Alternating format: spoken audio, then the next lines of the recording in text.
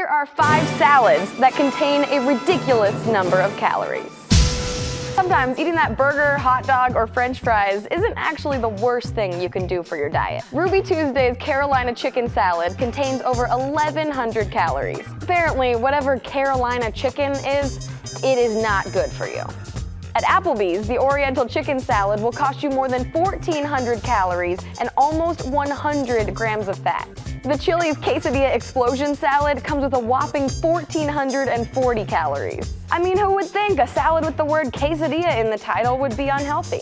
Oh yeah, everyone. At California Pizza Kitchen, the Moroccan Spice Chicken Salad contains 1,500 calories.